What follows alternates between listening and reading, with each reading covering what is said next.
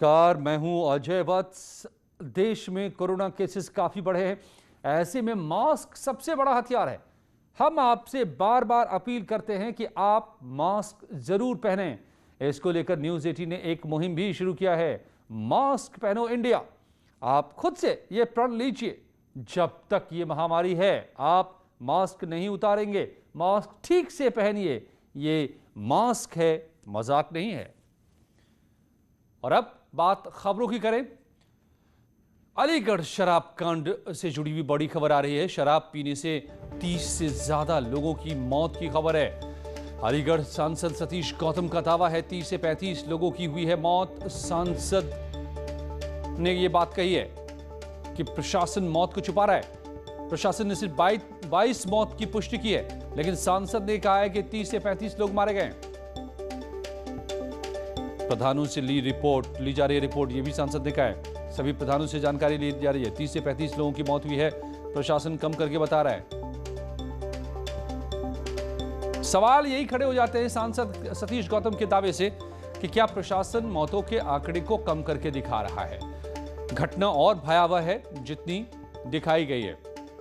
प्रशासन ने 22 लोगों की मौत की पुष्टि की है। सांसद ने कहा है कि 30 से 35 लोग मारे गए हैं। अभी तक जो घटना के अनुसार जो मुझे सूचना मिली है, सरकारी आंकड़ा के अनुसार 30-35 लोगों की मृत्यु हुई है। बाद बाकी उपचार कर रहे हैं। मैं मलखान सिंह हॉस्पिटल में अभी देख कर आया हूँ। हमारा अंडला के हैं, कुछ भांडोली के हैं, कोकोरला के हैं, शादीपुर के हैं, छेरत के हैं, इधर जैतपुरा के हैं, पलसेड़ा के, जितने लोग हैं देहात में, मैं और स्वयं मेरे विधायक मेरे साथ थे, भ्रमण करके आए हैं। तो आप सुन रहे थे सांसद सतीश गौतम क्या कह रहे थे। 30 से 35 लोगों की मौत की बात बता रहे थे, मगर जिला प्रशासन शराब कांड पर अभी भी 22 लोगों की मौत की ही पुष्टि कर रहा है। हमने रात में जो पुष्टि की थी उसके हिसाब से 16 लोगों की मृत्यु हुई थी और कुछ लोगों का इलाज के दौरान मृत्यु होने की और सूचना मिली है। जो मैंने मुख्य चिकित्सा अधिकारी से पुष्टि की है उसके हिसाब से 22 लोगों का पोस्टमार्टम हुआ है, लेकिन मेडिकल कॉलेज में कुछ और डेथ बताई जा रही हैं। कुछ और डेथ हैं जो मोर्चरी पे आई हैं किसी और वजह से, उसको भी इसमें लोग काउंट कर रहे हैं। तो सीएमओ से मैंने कहा है कि इसको सतर्कता से जांच कर लें, जो शराब से डेथ हुई है उनकी पुष्टि करें। तो अभी तक जो हमारे पास आंकड़े हैं उसके हिसाब से 22 की मृत्यु जो है इससे संदिग्ध, जो शराब पीने से संदिग्ध मानी जा सकती है, क्योंकि उसमें बिसरा प्रिजर्व किया गया, अभी फाइनल रिपोर्ट नहीं आई है। तो बाकी जो है अगर कोई और घायलों में जो लोग शराब के पेशेंट भर्ती हैं उसमें कोई मृत्यु होगी तो मैं आपको उसकी पुष्टि जो है सीएमओ के स्तर से मेरे स्तर से की जाएगी। तो डीएम बता रहे हैं कि आधिकारिक रूप से उनके पास 22 लोगों की अभी तक पुष्टि हुई है। बाकी जो मौतें हुई हैं वो संदिग्ध मानी जा सकती हैं, क्योंकि उनकी फाइनल रिपोर्ट अभी है नहीं। विसरा को जांच के लिए भेजा गया है, उसकी पड़ताल के बाद ही पता चलेगा कि क्या मौत की वजह शराब, नकली शराब, अवैध शराब है या कुछ और है। ये आपने डीएम की बात सुनी, मगर बड़ी बात तो ये है कि यहां से सांसद साफ तौर पर कह रहे हैं कि मौतों का आंकड़ा ज्यादा है, 30 से 35 मौतों की बात कह रहे हैं। जो घटना के अनुसार जो मुझे सूचना मिली है, सरकारी आंकड़ा के अनुसार 30-35 लोगों की मृत्यु हुई है। बाद बाकी उपचार कर रहे हैं। मैं मलखान सिंह हॉस्पिटल में अभी देख कर आया हूँ। हमारा अंडला के हैं, कुछ भांडोली के हैं, कोकोरला के हैं, शादीपुर के हैं, छेरत के हैं, इधर जैतपुरा के हैं, पलसेड़ा के, जितने लोग हैं देहात में, मैं और स्वयं मेरे विधायक मेरे साथ थे, भ्रमण करके आए हैं।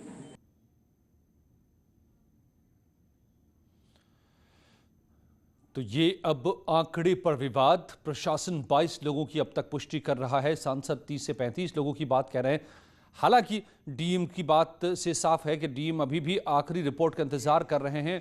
वो पड़ताल करा रहे हैं कि बाकी जो और मौतों की बात आ रही है वो क्या इस अवैध शराब से है। मगर इससे बड़ा सवाल तो ये है, अगर 22 मौतें भी कम नहीं होती हैं, एक मौत भी बहुत बड़ी बात होती है। एक जिंदगी खत्म हो जाना, एक परिवार का सूना हो जाना, किसी का विधवा हो जाना, किसी के बेटे की जान चला जाना और किसी के पति का, ये अपने आप में क्या हो रहा है, बार बार ऐसा क्यों हो रहा है। बड़ा सवाल तो ये है, ये शराब कांड क्यों खत्म नहीं हो रहा है। इतनी कड़ाई, इतने आदेश, एनएसए लगाया जा रहा है। अब तो जो कड़ा कानून है सीएम लगातार साफ ताकीद करके रखते हैं कि अगर कहीं भी इस तरह की बातें आती हैं तो सीधे सीधे वहां के बड़े अधिकारी नपेंगे, नप भी रहे हैं, कार्रवाई भी हो रही है, लेकिन फिर भी थम क्यों नहीं रहा है ये सिलसिला। सवाल तो ये है, अब इस पूरे मामले में इंटेलिजेंस से जांच कराई जा रही है।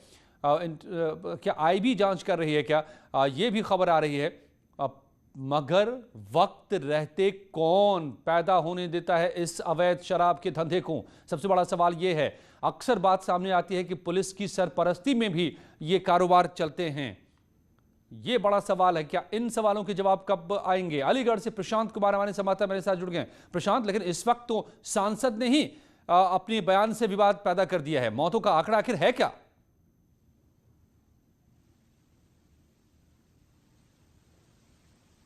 प्रशांत, हैं कि सांसद ने बताया कि अब तक 35 लोगों ने अपनी जान गंवा दी है, लेकिन हालांकि प्रशासन अभी तक 22 लोगों की मौत का आंकड़ा मान रहा है। जो जिला अधिकारी का कहना है, उन्होंने बताया कि 22 लोगों की मौत हुई है, लेकिन सांसद ने अपने बयान में बोला है कि अब तक 35 लोगों ने अपनी जान गंवाई है। बाकी का अभी यहाँ मौतों का सिलसिला लगातार जारी है और अभी जो पूरे प्रकरण की जाँच के लिए इंटेलिजेंस ब्यूरो को भी यहाँ आए हैं और इंटेलिजेंस ब्यूरो खुद इस टीम पूरे प्रकरण की जाँच कर रही है। जो लोग हॉस्पिटल में भर्ती हैं उनसे लगातार पूछताछ कर रही है। तो वही शराब माफियाओं के खिलाफ पुलिस भी ताबड़तोड़ लगातार कार्रवाइयां कर रही है। लेकिन बड़ा सवाल ये है कि आखिर स्थानीय पुलिस पर सवालिया निशान उठ रहे हैं और स्थानीय पुलिस के खिलाफ अभी तक कोई कार्रवाई नहीं हुई है। तो बड़ा सवाल ये है कि आखिर स्थानीय पुलिस पर कब कार्रवाई होगी, ये एक बड़ा सवाल है। और साथ ही अभी तक किसी भी दोषी कार्रवाई की बात कर रहे हैं प्रशांत, जो है नहीं है। ये भी मैं समझूंगा। इससे पहले आप बने रहिए मेरे साथ। ये खबर भी मैं बता दूं कि कार्रवाइयां अब तक क्या क्या हुई हैं यहां पर अलीगढ़ शराब कांड मामले में। तो यहां जो अब तक की कार्रवाई है, 24 घंटे में 6 लोगों की गिरफ्तारी हुई है। ठेका मालिक, सेल्समैन समेत 6 लोग गिरफ्तार किए गए हैं। एनएसए के तहत अब आरोपियों पर कार्रवाई हो रही है। आरोपियों पर 3 थानों में केस दर्ज हुई है। अवैध शराब बनाने वाले सामान भी यहां से बरामद किए गए हैं। इसके अलावा जो मुख्य आरोपी फरार हैं उन पर इनाम भी घोषित किया गया है 50-50 हजार का। ये कार्रवाई अब तक हुई है। लेकिन प्रशांत, आप कह रहे थे कि पुलिस पर कार्रवाई नहीं हुई है।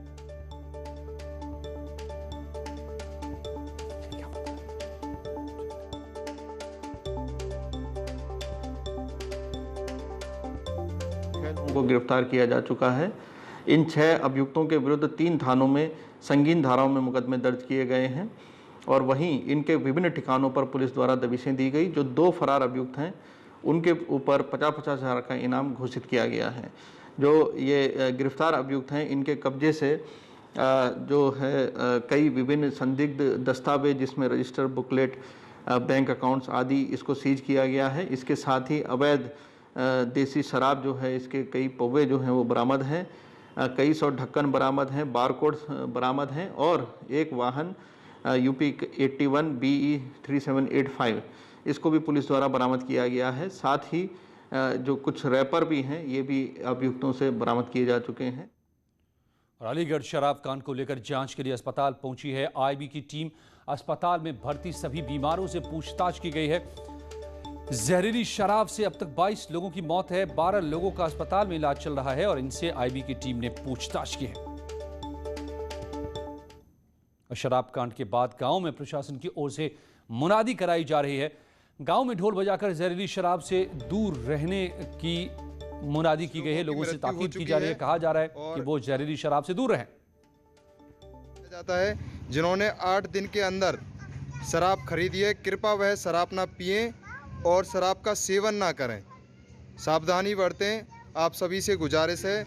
आप सभी का आभार। सभी ग्रामवासियों से अनुरोध है कि ये जहरीली शराब का सेवन ना करें और जिनके पास शराब खरीदी हुई घर पर। अलीगढ़ शराब कांड में अब तक 22 लोगों की मौत हो चुकी है। पुलिस ने शराब कांड के मुख्य आरोपी अनिल चौधरी को गिरफ्तार कर लिया है। जिस शराब ने गांव में मौत का कहर बरपाया, उन गांव में मातम पसरा हुआ है। और प्रशांत, आप बता रहे थे कि पुलिस पर कार्रवाई नहीं हुई है। कौन कौन इसके लिए जिम्मेदार माने जा सकते हैं? किस पर कार्रवाई की जरूरत है? जी बिल्कुल, देखिए ना अभी तक किसी चौकी इंचार्ज के खिलाफ कार्रवाई हुई है, ना किसी बीट कांस्टेबल के खिलाफ कोई कार्रवाई हुई है और ना थाना प्रभारी के खिलाफ कोई कार्रवाई हुई है। हालांकि लेकिन एसएसपी का कहना है कि लगातार दबिशें दी जा रही हैं, आरोपियों की गिरफ्तारी के लिए प्रयास किया जा रहा है। लेकिन बड़ा सवाल ये भी उठता है कि इतने बड़े पैमाने पर जहरीली शराब बेची जा रही थी, तो आखिर किसके इशारे पर शराब बेची जा रही थी। हालांकि 5 लोगों को, आबकारी विभाग के अधिकारियों को कल सस्पेंड कर दिया गया था, लेकिन स्थानीय पुलिस के खिलाफ अभी तक कोई कार्रवाई नहीं हुई है। तो आखिर स्थानीय पुलिस के खिलाफ कब कार्रवाई होगी और आखिर किस घटना का इंतजार कर रहा है जिला प्रशासन? आखिर पुलिस के खिलाफ जो दोषी पुलिसकर्मी हैं उन पर भी कार्रवाई सुनिश्चित कराने के लिए जो है प्रशासन को सोचना होगा। का जो तांडव हुआ है उसको लेकर सवाल अभी भी बहुत सारे हैं। और क्या जिम्मेदार सिर्फ वो हैं जो इस कारोबार में थे, या जिम्मेदार वो भी हैं जो इनको वक्त रहते रोके नहीं, जिनके वक्त रहते यहाँ पर ये कारोबार इस तरह का करने वाले लोग जरूरत कर पाते हैं? उन जिम्मेदारों पर कब कार्रवाई होगी? हमारे संवाददाता प्रशांत का ये सवाल बिल्कुल वाजिब है और जरूरी है। और बीजेपी में अगले साल होने वाले यूपी चुनाव को लेकर के हलचलें तेज हो गई हैं। अगले महीने में गृह मंत्री अमित शाह और बीजेपी के राष्ट्रीय अध्यक्ष जेपी नड्डा यूपी का लगातार दौरा शुरू करने जा रहे हैं। हर महीने उनका यूपी दौरा रहेगा। अगले साल उत्तर प्रदेश में विधानसभा चुनाव होने हैं। ऐसे में संगठन के विस्तार और मजबूती को लेकर बीजेपी के इन दोनों बड़े नेताओं का राज्य में दौरा होने वाला है। 2014 में बीजेपी को यूपी में बड़ी सियासी पार्टी बनाने में अमित शाह की अहम भूमिका रही है। 2014 लोकसभा चुनाव में बीजेपी ने 73 सीटें जीती थी, जिसके बाद शाह को बीजेपी का राष्ट्रीय अध्यक्ष बनाया गया था। उनके नेतृत्व में बीजेपी ने 2017 यूपी विधानसभा की 300 से ज्यादा सीटों पर जीत दर्ज की थी।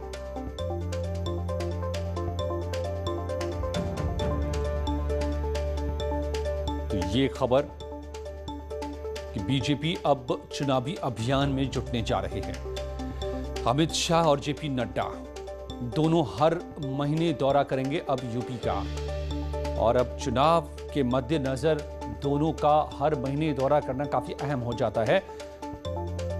चुनाव की तैयारियों में बीजेपी अब पूरी ताकत के साथ मैदान में उतरने की तैयारी कर चुकी है।